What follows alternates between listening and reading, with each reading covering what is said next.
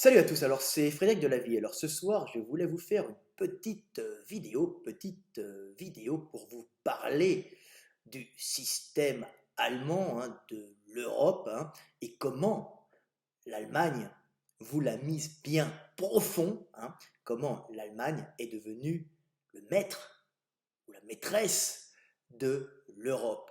Comment cet État a fait pour pouvoir, en fin de compte, devenir cette grosse puissance économique régnant sur ses vassaux européens qui sont tout simplement que ses esclaves lui obéissant.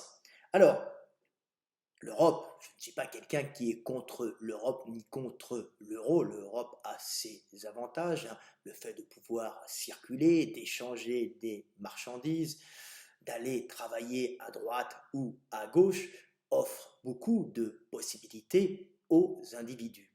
Mais en termes économiques, l'Europe telle qu'elle a été bâtie, construite, est en vérité une vaste fumisterie, puisque ce n'est pas l'Europe qui a été construite, mais plutôt la grande Allemagne. L'Allemagne a donc fait une Europe, elle a fait croire aux autres pays qu'ils allaient faire une Europe, mais en fin de compte, l'Europe a été faite pour l'Allemagne, elle n'a pas été faite pour les autres États européens. Et je vais vous expliquer comment fonctionne l'Allemagne économiquement et comment elle se gave sur le dos des Européens et comment elle arrive à asseoir sa puissance européenne et mondiale grâce à cette vaste fumisterie qu'est l'Europe. Alors, je ne vis pas toujours en France, je vis en Europe centrale, et je vis en Europe centrale depuis maintenant plus de 22 ou 23 ans, puisque je vis là-bas, Hongrie, je vais souvent aussi en Allemagne pour des raisons familiales. Donc, je suis quelqu'un qui traverse de long en large l'Europe et aussi de haut en bas ou de bas en haut. Donc, je suis quelqu'un qui connaît l'Europe, qui fréquente les Européens, qui n'est pas uniquement virtuel, quelqu'un qui fréquente les industriels, quelqu'un qui fréquente les chefs d'entreprise, quelqu'un qui fréquente les ouvriers, quelqu'un qui fréquente en fin de compte le peuple d'Europe. Donc, je vais vous expliquer comment l'Allemagne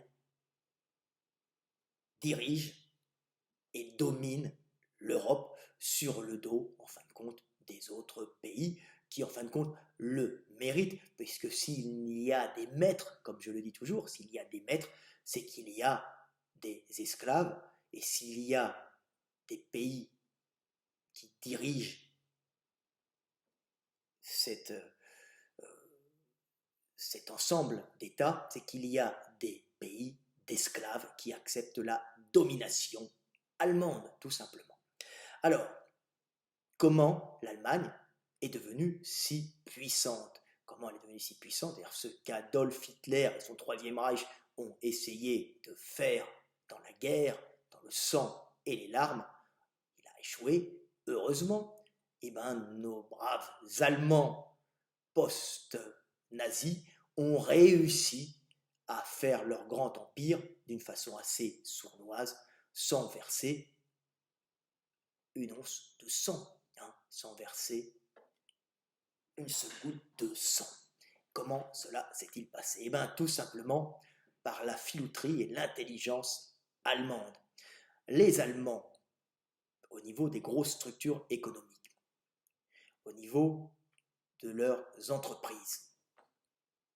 Leurs entreprises sont des entreprises familiales.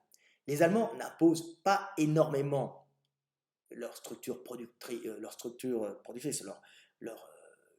entreprises, beaucoup moins que la France, puisqu'elles ont un État qui est bien mieux géré, avec beaucoup moins de fonctionnaires filous.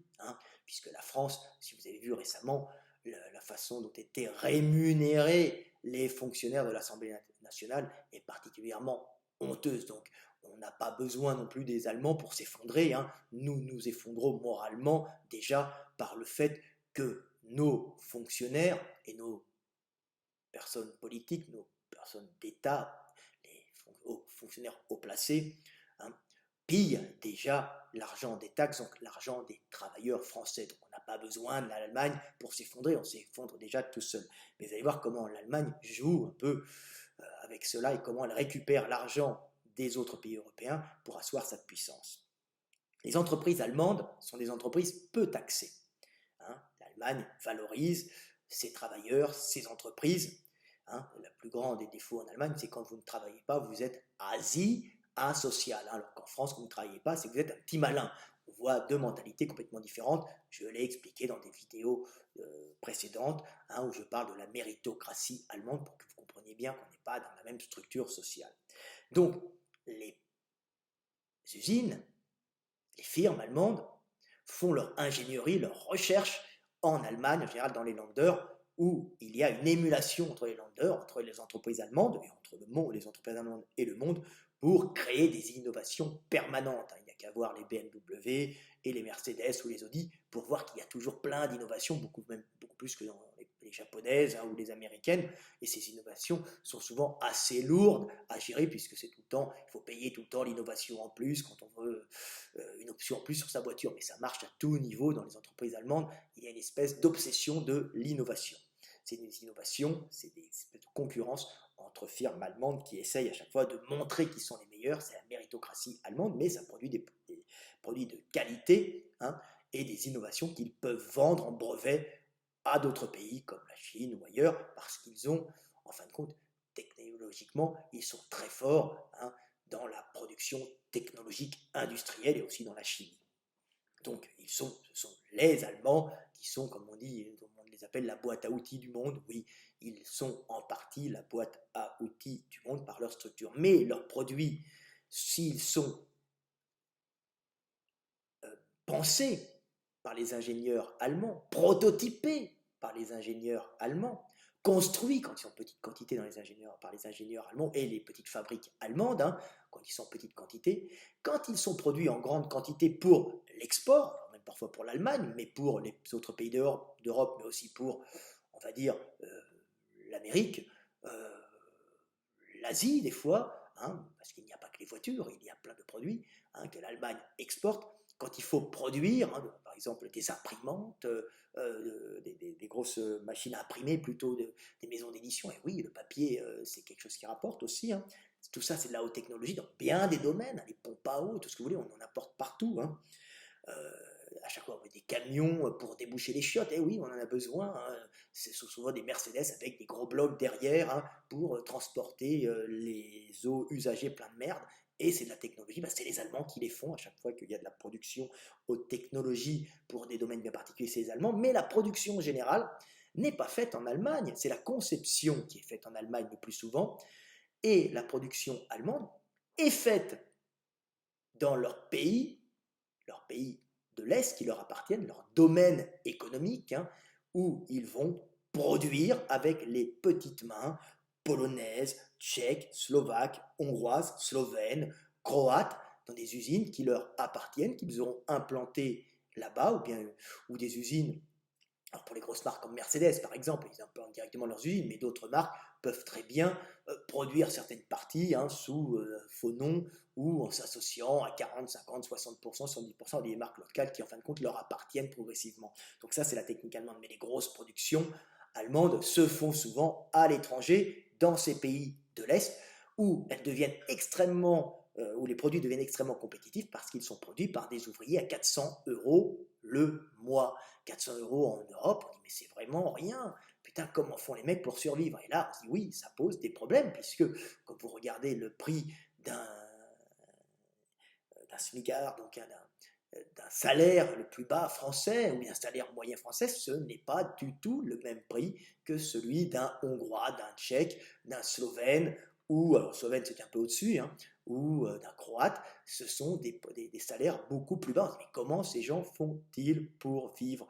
Alors bien sûr, les pays d'Europe centrale vivent comme ça parce qu'il y a une entraide, il y a en fin de compte une façon de ne pas payer ses impôts. On paye peu d'impôts là-bas, tous les gens sont propriétaires, donc ils n'ont pas à se déplacer trop, ils sont souvent propriétaires de leur logement, le coût de la vie est un peu inférieur, bien qu'il augmente, mais comment se fait-il qu'il n'y ait pas une rébellion de ces peuples d'Europe centrale, on va dire, à cause de ces salaires si bas? Eh bien, tout simplement parce que les gens qu'ils élisent, et qui connaissent parfaitement la mentalité de leur peuple, s'arrangent bien sûr pour ne pas faire augmenter les salaires, car s'ils augmentaient les salaires, eh ben, les gens perdraient leurs emplois, puisque ce sont les grosses structures allemandes qui viennent créer de l'emploi en produisant pas cher des inventions allemandes dans ces pays d'Europe centrale et ensuite en les diffusant dans le monde entier.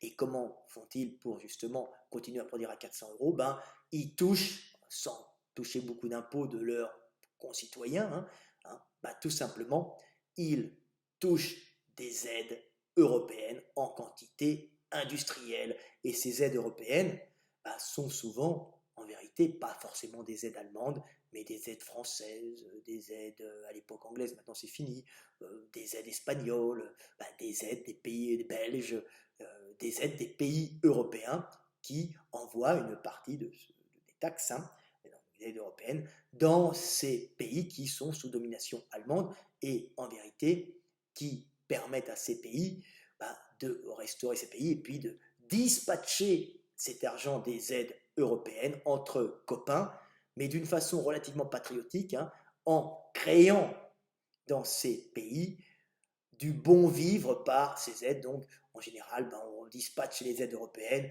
pour moderniser la rue centrale de la ville, en faire un bel endroit. Donc, les gens gagnent 400 euros par mois, mais sont dans une belle ville où on va créer un stade, où on va filer à un copain des aides européennes pour qu'il fasse un hôtel à touristes du coin dans lequel il y aura un wellness de luxe où les ouvriers à 400 euros pourront quand même aller avec des tarifs très bas pouvoir se relaxer dans des saunas de belle qualité. Donc on se retrouve à l'Est avec des mecs qui n'ont pas d'argent, mais qui ont paradoxalement accès à des loisirs ou à une qualité de vie qui fait que cette qualité de vie n'est pas en rapport avec le salaire. Pour un Français qui dirait ça, par exemple, qui ne comprendrait pas comment 400 euros on peut vivre en Hongrie. Alors il y a des magouilles, tout le monde sait, on cumule des fois deux emplois, mais il y a, si vous voulez, une redistribution des aides européennes qui sont en vérité un moyen pour les Allemands d'asseoir leur puissance en piquant aux autres pays d'Europe par l'intermédiaire des aides de l'argent pour le refiler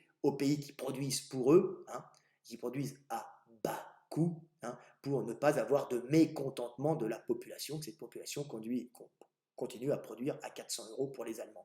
Donc, façon très subtile, très perfide, par les Allemands qui sont de fins psychologues, qui connaissent bien la mentalité des peuples de l'Est qu'ils côtoient, façon très subtile de continuer à asseoir leur hégémonie sur l'Europe et à pouvoir dispatcher leurs produits très concurrentiels sur le monde entier, tout simplement.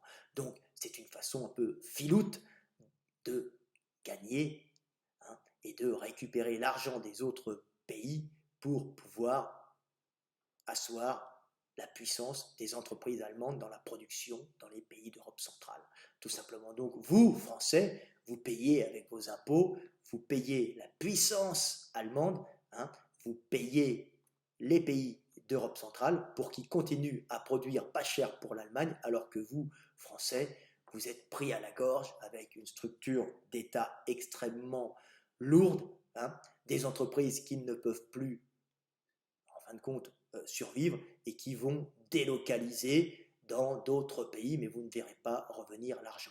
Phénomène très particulier à l'Allemagne par rapport à la France, c'est que quand une structure allemande, quand une société, une firme allemande produit par exemple en Hongrie ou produit en Slovénie, en Pologne, elle va rapatrier une partie, on va dire, de ses bénéfices en Allemagne, où elle va continuer à produire énormément en Allemagne sans avoir peur de payer trop d'impôts, puisque l'État allemand est un État qui n'est pas un État gourmand. Donc, elle n'a pas peur de rapatrier une partie de ses bénéfices en Allemagne, ou de réinvestir ses bénéfices le plus souvent dans de la production, dans de l'ingénierie allemande, plutôt dans la recherche recherche et découverte, dans toutes ces petites usines allemandes, et souvent familiales, où elle va refinancer en fin de compte le travail en Allemagne, permettant à l'Allemagne de continuer à vivre. Alors que des riches producteurs français, on va dire des entreprises françaises, ne pouvant plus résister à la pression fiscale française, vont souvent délocaliser à l'étranger, et puis vous ne reverrez jamais les bénéfices. Ils les investiront dans d'autres sociétés, et ça sera le pauvre travailleur moyen français qui continuera à peu près à travailler et à payer cet État parasite, et les grosses sociétés françaises seront un peu en France, en essayant d'arranger leur fiscalité en finançant, en fin de compte, les campagnes d'élection des partis politiques pour pouvoir, par l'intermédiaire des médias qu'ils possèdent, pour pouvoir, si un parti qu'ils ont sponsorisé arrive au pouvoir, pour pouvoir justement ne pas avoir une fiscalité trop élevée sur leur propre production. Donc ils vont en fin de compte payer la campagne, on va dire la publicité de la campagne de leur poulain politique, pour tout simplement que ces politiques leur fassent des lois fiscales favorables pour qu'ils continuent en tant que bons dirigeants français issus des castes dominantes, continuent à régner en France sans être trop écrasés fiscalement. Mais ces gens savent aussi qu'ils ont le cul à l'étranger et qu'ils ne rapatrieront jamais les bénéfices qu'ils font ailleurs. Il y a des boîtes françaises qui sont à l'étranger énormes. Elles ont dit qu'elles sont à l'étranger, mais en fin de compte, ce sont des filiales qui ne ramènent jamais l'argent, alors que l'Allemagne a ce sentiment patriotique et ramène l'argent en Allemagne pour continuer à faire produire son peuple, puisque son peuple produit les innovations allemandes. Ces innovations allemandes permettent de produire les produits allemands qui seront à ce moment-là produits dans les pays d'Europe centrale, il faut ailleurs, mais en général l'Europe centrale, et dispatchés dans le monde entier avec des tarifs particulièrement concurrentiels, puisque ce sont des petites mains d'Europe centrale à 400 € le mois. Voilà, je vous explique comment fonctionne l'Europe, comment on vous la met bien profond, jusqu'au fond, fin fond du côlon, et comment les Allemands ont su dominer par la filouterie, l'intelligence et la douceur cette Europe, et comment vous vous êtes fait bien mettre. Voilà, petite vidéo sympathique qui, j'espère, vous aura fait comprendre comment fonctionne l'Europe. Je ne suis absolument pas contre l'Europe, je suis contre les filous bien sûr, mais de toute façon, s'il y a des pays de maîtres, c'est qu'il y a des pays d'esclaves qui acceptent la soumission. La première soumission, c'est la soumission minable à l'État français, un État de parasite, comme vous l'avez vu récemment, mis en lumière, ce que je mets en lumière depuis aussi des années sur ma chaîne, comment l'Assemblée nationale paye en début de carrière à des fonctionnaires 6 000, plus de 6 000 € par mois. Tout ça, c'est de l'argent en partie d'État. Comment elle paye des gens énormément. Il faut bien savoir que cet argent, s'il ne vient pas des aides européennes, il vient des pauvres petites structures, petites entreprises et PME françaises qui sont prises à la gorge et qui jamais ne pourront concurrencer la structure allemande qui calcule sa puissance sur la production en Europe centrale ou ailleurs, bien sûr, en Espagne ou ailleurs, mais souvent en Europe centrale, et comment cet argent est ramené en Allemagne, car il y a une faible imposition, elle permet aussi à cette Allemagne de pouvoir continuer à produire de l'ingénierie, de l'innovation, tout simplement, et comment elle paye ses petits salaires à 400 € en Europe centrale, comment elle ramène en Europe centrale de l'argent des Européens, des autres pays européens qui sont ses vassaux et qui vont trimer et qui jamais ne concurrenceront l'Allemagne, puisqu'ils sont pris à la gorge, 1, par leurs dirigeants, 2, par l'Europe qui les pille pour faire marcher l'Allemagne. L'Europe, ce n'est pas l'Europe, l'Europe, c'est l'Allemagne. Petite vidéo de 20 minutes à peu près, vidéo du soir, espoir